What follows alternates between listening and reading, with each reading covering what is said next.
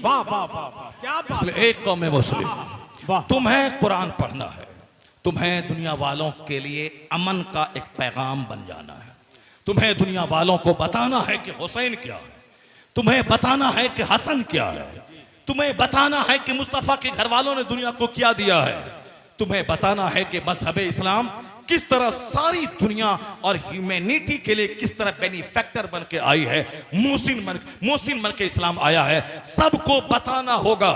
अगर आप ही नंगे हो गए, आप ही गंदे हो गए, आपका समाज गंदा हो गया, इनडिसिप्लिन हो गया, फिर तो दुनिया में कुछ बाकी नहीं रहेगा। काफिरों की वजह से कोरोना नहीं आता है, क्योंकि उसके लिए तो आग ही आग, दुनिया में भी आग है, मरने के बाद भी आग ही है। बहस है मुसलमानों से, इनके लिए गाइडलाइंस है, इनके लिए उसूल है, इनके लिए साफ्ता है, इनके लिए मार्गदर्शन है। आज कोई उधर खड़ा है, कोई उधर खड़ा है, कोई मस्जिद के खिलाफ बोल रहा है, कोई जलसा के खिलाफ बोल रहा है, जो मन में आ रहा सब बोल रहा है। ये फटीचर क्लास का आदमी जो जिस पर नमाज फर्ज हुई थी 15 साल में, जो अभी 30 साल उम्र हो गई नमाज शुरू नहीं किया है, पहले तन्हाई में बैठ के अपने अमाल का जायजा ले। एक वक्त की नमाज छोड़ना हराम और गुनाह कबीरा है। जैसे जिना करना हराम, शराब पीना हराम, जिना करना हराम, उसी तरह से नमाज पंजगाना छोड़ना हराम है। उस जिना से बड़ा जुर्म है नमाज छोड़ना। अगर कोई 10 साल जिना किया, सच्ची तौबा कर ली, खूब रोया धोया, फिर दोबारा आंख उठा के किसी को नहीं देखा, बल्कि जिना से बचता रहा, तो अल्लाह ताला माफ कर देगा। क्योंकि अत्ताइब मिन ज़ंब कमल्ला संबला, हदीस में आया है, गुनाहों से सच्ची तौबा करने वाला ऐसा है जैसे गुनाह ही नहीं किया है। लेकिन अगर नमाज फर्ज हुई 15 साल में और नमाज शुरू किया 30 साल में, 50 साल में, तो तुझ पर ये 15 साल की नमाज कज़ा है। 50 उम्रा, 50 हज करने के बाद भी ये 15 साल की नमाज जिम्मे से साकित नहीं होगी, इसे पढ़ना ही पड़ेगा बतौर कज़ा। इस माना कर बता दें कि नमाज छोड़ना कितना बड़ा जुर्म है।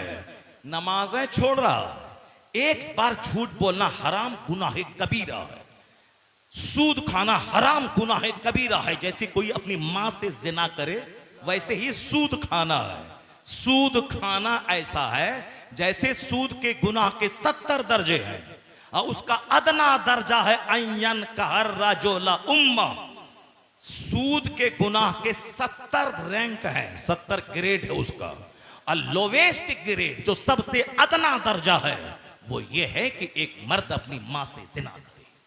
जब अदना दर्जे का ये आलम है, जो हाईएस्ट ग्रेड है, वो उसकी सजा कितनी सख्त होगी।